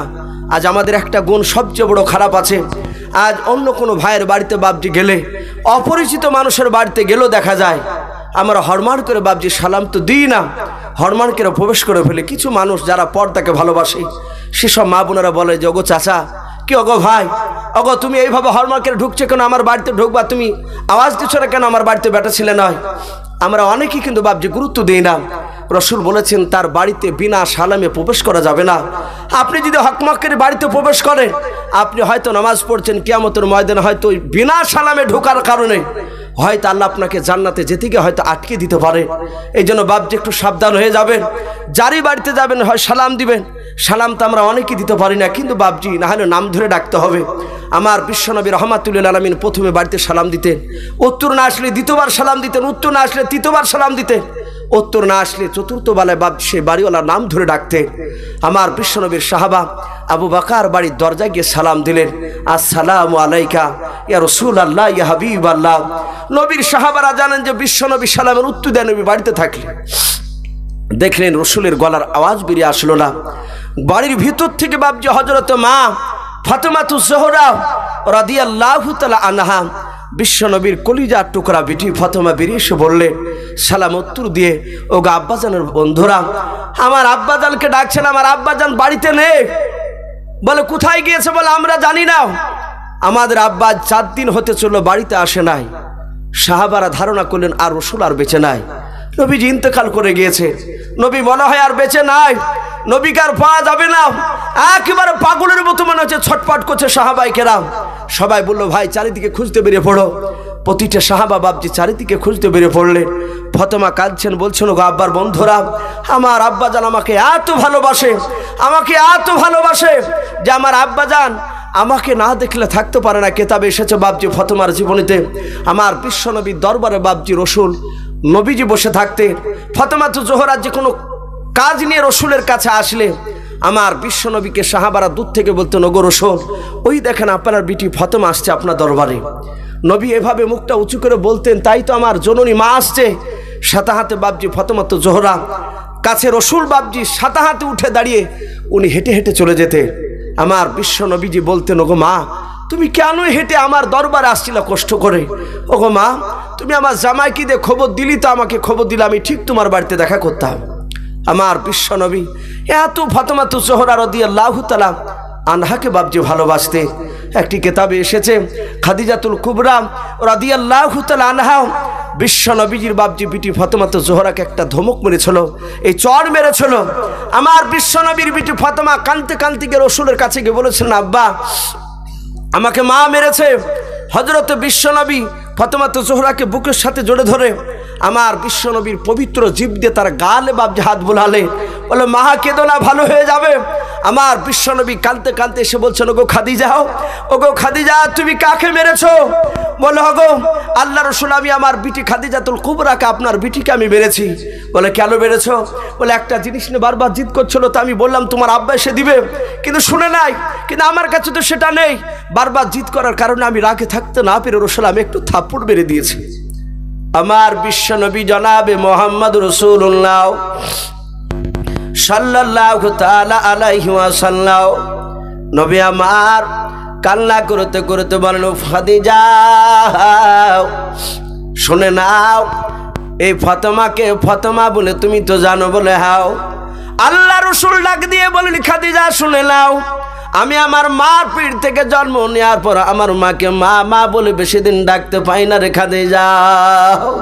আমি জন্ম নেওয়ার পর 4-5 দিনকের দিন হালিমা তো সাদিয়া নিয়ে চলে গিয়েছিল। মার কাছ থেকে টানা 6 বছর আমি হালিমা তো সাদিয়ার বাড়িতে ছিলাম।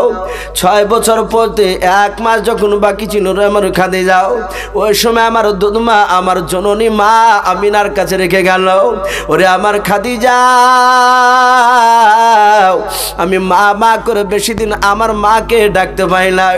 ওরে খাদিজা শুনে না, ওই যখন আমার ফাতেমা তো জোহরা তোমার পেট থেকে যখন জন্ম নিল, শুনে নাও, আমি নাম রেখেছিলাম ফাতেমা, কিন্তু তুমি তো ভালো জানো আমি আমার ফাতেমা আমাকে আব্বা বলে যখন ডাক দেয় তখন শুনে নাও আমি মা ছাড়া উত্তর দেই নাই। জোরে বলুন সুবহানাল্লাহ।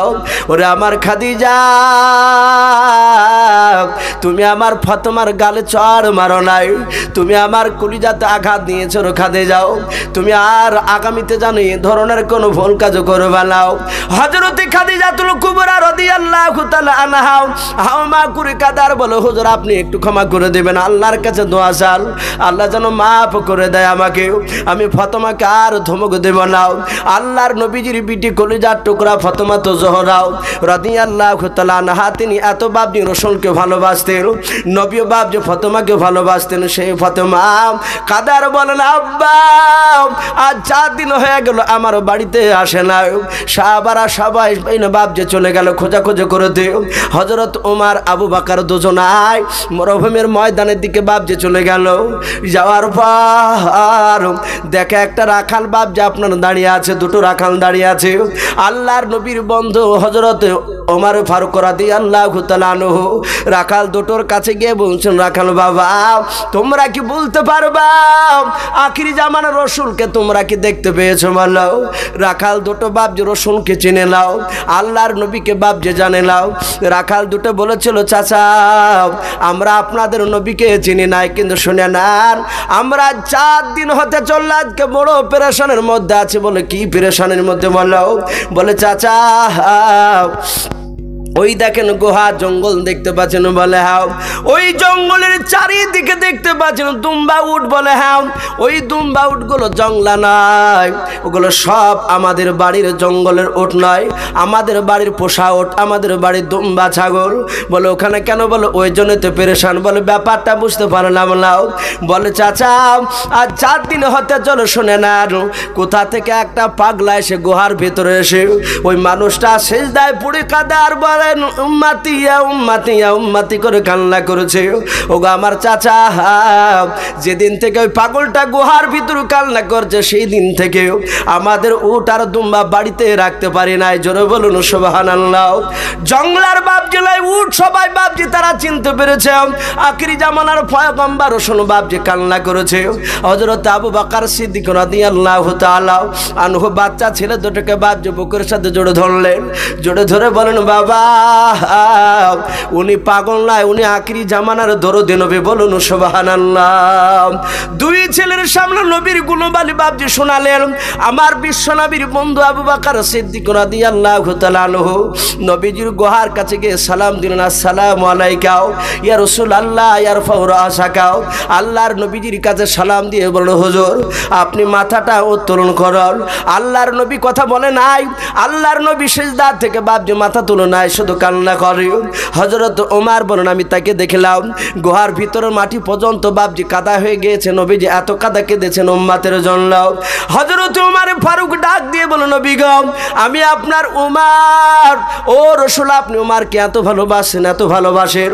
আল্লাহর নবীজি উমরের ব্যাপারে বাপজি অনেক জায়গায় বলেছেন আমার উমর যা বলবে গো সাহাবারা তোমরা শুনে নেবা, কারণ আমার আল্লাহ নবীকে বলেছেন ওরে আমার দোস্ত হাবিবুল্লাহ আমার উমর যাতে রাজি হবে যা বলবে হে নবী আপনিও খুশি হবেন। জোরে বলুন সুবহানাল্লাহ। সেই উমর ডাক দিয়ে বলুন নবী গো আপনি কান্না করবেন না, আপনি তাড়াতাড়ি মাটি থেকে মাথা তুলেন। আল্লাহর নবী মাথা তুললেন লাও। সব সাহাবারা পেছন দিক থেকে ডাকলে রসুল ওঠে নাই। নবী শুধু কান্না করেছেন আল্লাহ আমার উম্মাত জাহান্নামে যাবে, আমার উম্মাত জাহান্নামে যাবে, আমি সহ্য করতে পারবো না। আল্লাহর নবীর বন্ধু আবু বকর সিদ্দিক রাদিয়াল্লাহু তাআলা আনহু ডাক দিয়ে বলেন ওগো আমার সাথী ভাইয়েরা নবীকে এইভাবে পারা যাবে না।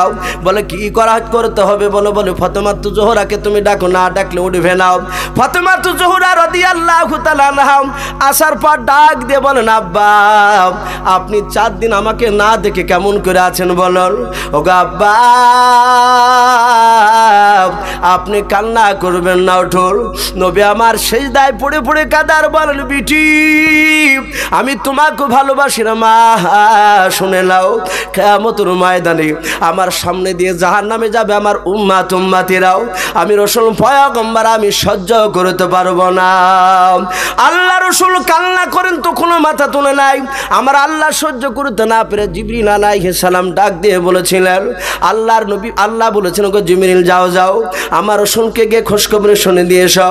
জিবরিল আলাইহিস সালাম ডাক দিয়ে বলছেন আসসালামু আলাইকা ইয়া রাসূলুল্লাহ ইয়ারফাউ রাসাকা নবী আপনি মাথা তুলুন আর কান্না করবেন লাও, আপনার কান্না আল্লাহ সহ্য করতে আর পারে নাই। হে নবী আপনি কাঁদবেন না, আপনার যারা প্রকৃতি উম্মাত হবে উম্মাতে হবে তারা কোনোদিন জাহান্নামে যাবে না। জোরে বলুন সুবহানাল্লাহ। হে নবী আপনি কাঁদবেন না, আল্লাহ আপনাকে খুশখবরি শুনিয়েছে। বলে কিসের খুশখবরি? বলে নবী আপনাকে জান্নাত জাহান্নামের জায়গাতে একটা মিডিল জায়গা একটা জায়গা দেওয়া হবে, যে চেয়ার দেওয়া হবে, যে চেয়ারটায় বসবেন যে জায়গাটায় ওই জায়গাটার নাম হবে মাকাবে মাহমুদ। বলুন সুবহানাল্লাহ। যে জায়গাটা আপনি বসে আপনি যতবার আপনি বলবেন যে আল্লাহ আমার এই উম্মতকে জাহান্নাম থেকে জান্নাতে দাও, আপনার সামনে দিয়ে জাহান্নামীরা জাহান্নামে যাবে, আর আপনি বসে বসে আপনার উম্মাতেদেরকে ধরে ধরে আপনি জান্নাতে দিতে বলবেন। আল্লাহকে যতবার বলবেন ওই মাকামে মাহমুদে দাঁড়িয়ে ততবারে আমার আল্লাহ কবুল করবেন। বলুন আলহামদুলিল্লাহ। সেই নবী বাদ বাকি কোনো নবীর আপনার সুপারিশ কিয়ামতের ময়দানে কবুল হবে না। তো ভাই সেই নবীর আমরা উম্মাত, আমরা এখানে এসেছি বাবজি সকলেই জানি যে আপনার এই মাদ্রাসা বাবজি আব্দুল মজিদ সাহেব মাদ্দাজিলুল আলী উনি যে একটা মাদ্রাসা বাবজি চালাচ্ছে, মহিলা মাদ্রাসা আমরা সকলেই জানি। তাই ভাই এই মাদ্রাসাটা সুনাম আছে, অনেক জায়গায় বাবজি পড়ার ব্যাপারে আলোচনা করে যে এই মাদ্রাসায় গিয়ে গিয়ে হঠাৎ করে বাবজি চান্স পাওয়া যায় না, যেহেতু অনেক মেয়ে। আমি এই বছরই আমি হুজুরকে ফোন করেছিলাম দুটো মেয়ের জন্য। আমার একটা মুসল্লি বললেন যে আমার একটা মেয়েকে ভর্তি করব। তো বললেন যে হুজুর মাফ করবে, জায়গা দিতে পারছি না, আগামী বছর একটু যোগাযোগ করবে। আলহামদুলিল্লাহ পড়াশোনা হচ্ছে বলে ভাবছি অনেক ছাত্রী আসছে এখানে। অনেকেই জানেন কতগুলো ছাত্রী আছে, তা প্রায় 500-র উপরে নাকি হুজুর, 546টা আলহামদুলিল্লাহ। তো ভাই যাই হোক, আপনারা এসেছেন, রাত্রি 1টা পর্যন্ত প্রোগ্রাম চলার কথা, সেখানে 1:15 ভাবছি পার হতে চললো, অনেক রাত্রি হয়েছে, হয়তো আমরা সকলে আখিরি মোনাজাত নিয়ে বাড়ি যাব। আমি আর বেশি লম্বা চড়া করবো না, যেহেতু হুজুর বসে আছেন। হুজুর বলেন এসো ভাই, আমি 2 মিনিট একটু কথা বলবো। আমি প্রতিটা বাপজি ভাইকে বলবো, গোটা পৃথিবীর বেঈমানেরা বাপজি চক্রান্ত চালাচ্ছে যে আপনার মাদ্রাসাকে বাপজি যদি বন্ধ করতে পারা যায়, কোরআনের শিক্ষা যদি বন্ধ করতে পারা যায়, তাহলে মুসলমানদেরকে ধ্বংস করা একেবারে সহজ হয়ে যাবে। ইনশাআল্লাহ আমরা বেঁচে থাকা পর্যন্ত, আমাদের জান থাকতে আমরা মাদ্রাসা বন্ধ হতে দিব না, বলুন ইনশাআল্লাহ।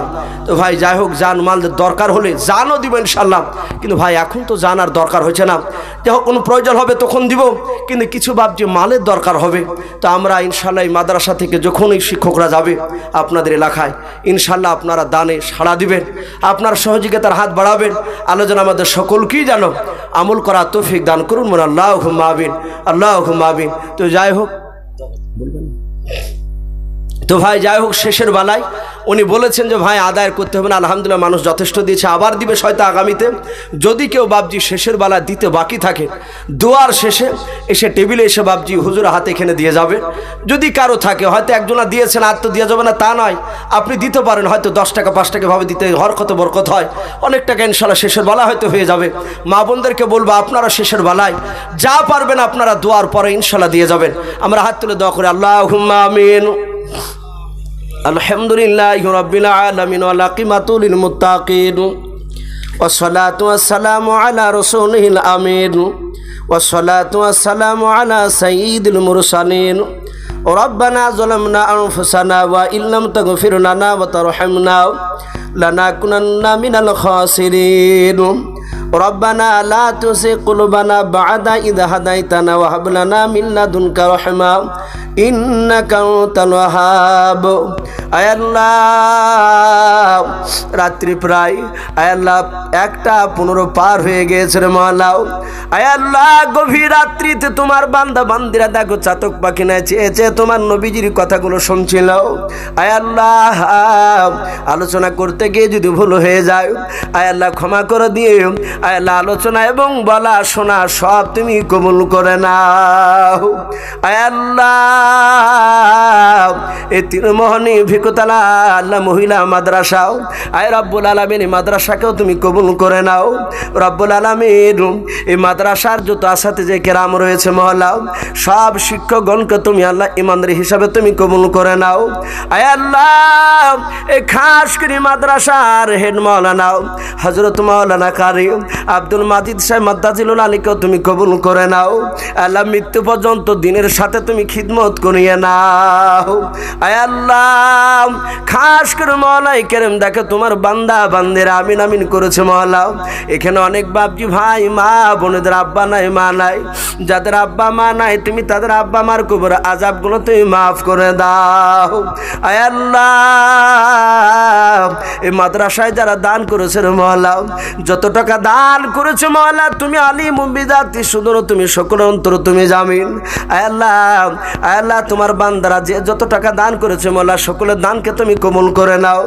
যারা দেওয়ার ইচ্ছা করেছে কিন্তু হয়তো টাকা নাই, আল্লাহ তুমি তাদেরকেও তুমি কবুল করে নাও।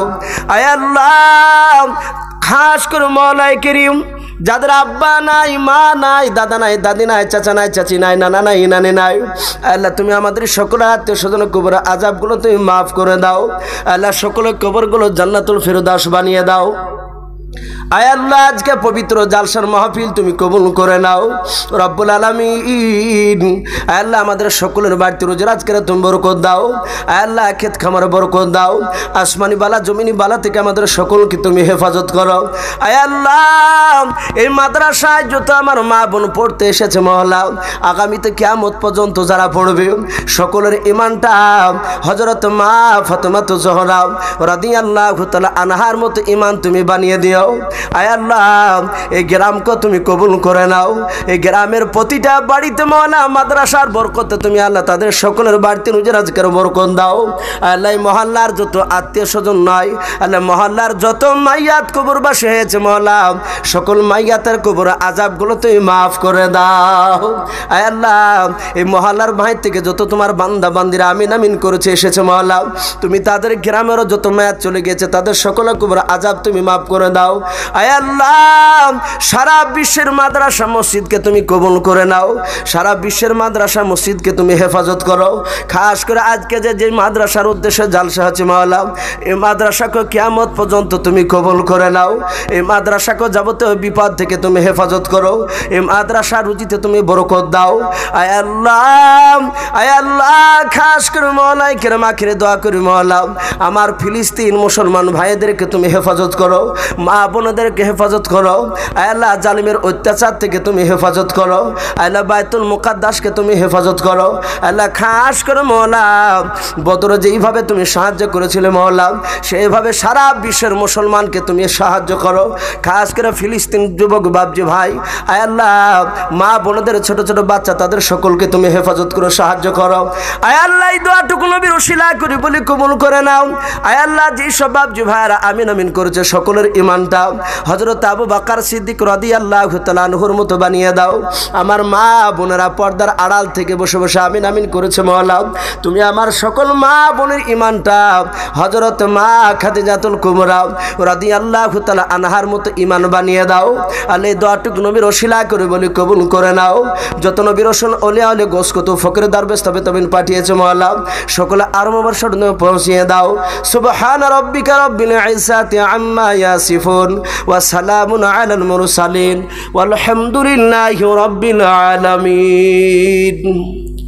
আসসালামু আলাইকুম ওয়া রাহমাতুল্লাহি ওয়া বারাকাতুহু।